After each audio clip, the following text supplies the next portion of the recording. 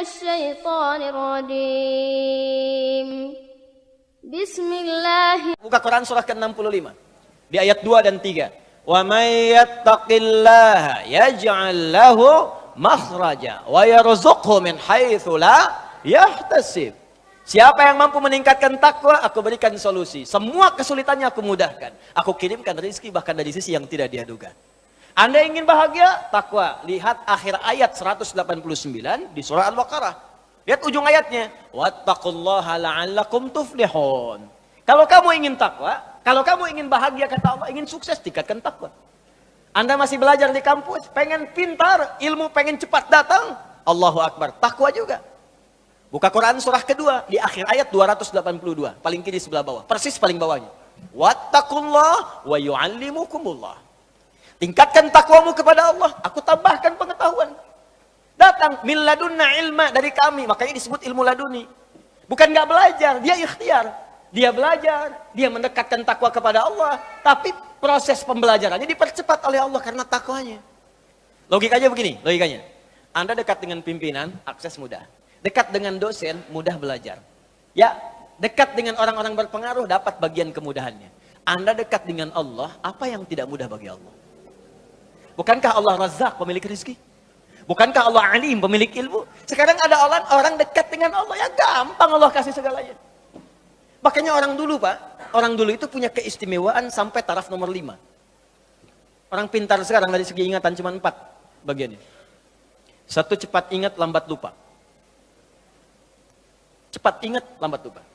Yang kedua, cepat ingat, cepat lupa. Yang ketiga, lambat ingat, lambat lupa. Masih agak lumayan. Yang keempat, ini yang susah. Lambat ingat, cepat lupa. Ingatnya lambat, saya udah nangis sejam lebih nih. Paham? Belum. Begitu paham, keluar masjid lupa. Tapi yang kelima, ini yang sering saya sampaikan, hampir jarang sekarang ada. Cepat ingat, sulit lupa. Jadi mau lupa itu susah Pak. Bukan mau ingat, mau lupa susah. Saking gampangnya ingat, sekali baca ingat, seketika. Imam Al-Bukhari itu dibacakan sekali, langsung masuk. Imam Asy-Syafi'i bacakan sekali, masuk. Hafal Quran usia 7 tahun, 10 tahun Al-Muwatta. Al-Muwatta lebih tebal daripada ini. Hafal. Al-Bukhari itu dibacakan, hafal seketika. Diuji Pak di Irak, datang ke sana. Katanya mau silaturahim, begitu datang, kayak sidang ujian. Yang uji langsung 10, bukan cuma 3-4 lagi, 10 orang ulama terbesar. Diuji hadis. Katanya ini anak muda hebat hadisnya. Di letter U Pak, beliau duduk di sini, dikelilingi ulama begini. Setiap orang menguji 10 hadis. Setiap hadisnya diacak orang-orangnya, sanadnya. Matanya diacak, sanadnya diacak. Isinya diacak, sanadnya pun diacak. Setiap orang. Begitu satu orang menguji dengan 10 hadis, silahkan. Apakah menurut Anda hadis ini benar? Kata Al-Bukhari, sebentar, teruskan dulu 10-10-nya, biar sekalian. Teruskan 10-10-nya biar sekalian. 10 kali 10, 100. Begitu selesai kemudian, diulang dari awal sampai akhir tanpa salah sedikit pun. Yang ini sanadnya benar tapi matanya salah. Yang ini matanya benar tapi sanadnya salah. Ini ada yang ketukar, ini bagian ini bukan ini bukan ini, bukan ini. Semuanya. Sampai diakuilah, kemudian ditetapkan pada saya itu dengan Imam Muhaddithin. Al-Bukhari. Nabi bukan, Rasul bukan, dipercepat oleh Allah. Jadi kalau takwa itu sudah meningkat, apa rahasianya? Takwa meningkat, datang semua ini. Sekarang kalau Anda tanya, amalan takwa itu apa? Pertama sholat. Sholat Pak. Makanya ketika Allah memaksa kita untuk sholat dengan hukum wajib, sebetulnya bukan ingin membebani Pak. Saya sering sampaikan kalimat ini, kalau orang paham hikmah sholat, dia akan tunggu dan rindu dengan sholat. Karena tahu setiap menunaikan sholat, bukan beban kewajiban, bukan bebannya. Allah nggak butuh dengan ruku Anda. Dan Allah tidak butuh dengan sujud kita. Kita yang butuh dengan sholat kita. Makanya ketika ada orang bertanya, ya Allah kenapa sih mesti sholat? Maka Allah perdengarkan di setiap telinga kita. 24 jam tak berhenti. Ya, telinga bahasa Arabnya udhun. Jamaknya disebut azan. Maka ada azan yang dikumandangkan setiap hari.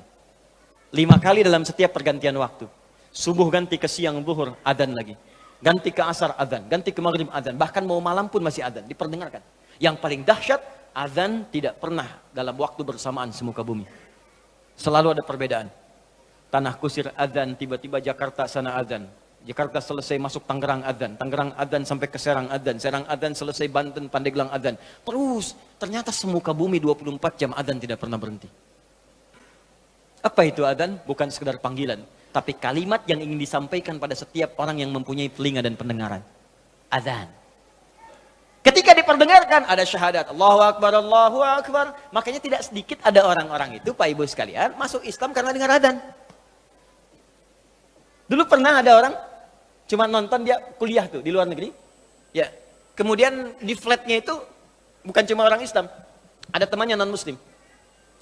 Yang Muslim ini bagus nih, bisa dibiasakan. Dia terbiasa dengan hal-hal Islami. Bahkan tayangan TV pun dia putar yang channel One itu dari Mekah tentang sholat, baca Quran. Ini bisa kita biasakan.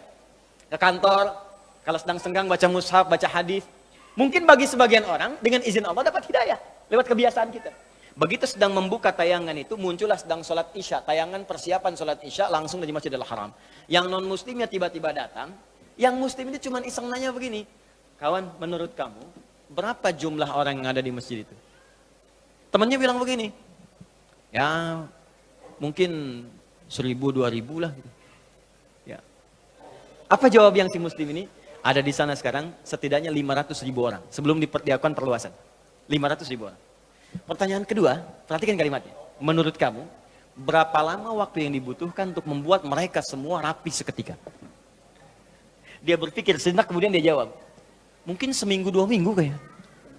Seminggu 2 minggu, sepekan 2 pekan. Kata si Muslim ini, aku akan tunjukkan kepadamu, tidak sampai 5 menit semuanya akan rapi dan baris. Kata yang kawan tadi, mustahil, gak bisa itu. Perhatikan, rasionalitasnya jalan. Ketika rasio sudah mulai jalan, maka mudah bagi Allah memberikan hidayah dan hikmah kepada jiwanya. Maka seketika, kata temannya yang Muslim, sekarang coba lihat. Begitu qamat Allahu Akbar, Allahu Akbar. Wah sudah, yang tawaf berhenti semua. Yang tadinya duduk berdiri semua, siap. Bingung temannya. Wah, jangan dulu jangan dulu bingung, lihat dulu nih. Begitu sudah imam yang mengatakan istau, istaqimu. Wah semua rapi. Saat takbir, Allahu Akbar. Semua angkat tangan takbir. Maka apa respon yang non-muslim ini? Dia katakan kepada yang muslim, tolong tunjukkan kepadaku bagaimana caranya masuk Islam. Karena ini bukan agama buatan manusia. Hidayah. Ada orang nonton sholat Isya, masuk Islam. Ada orang sudah Islam, gak mau sholat Isya. Orang udah komat nunggu dekat subuh.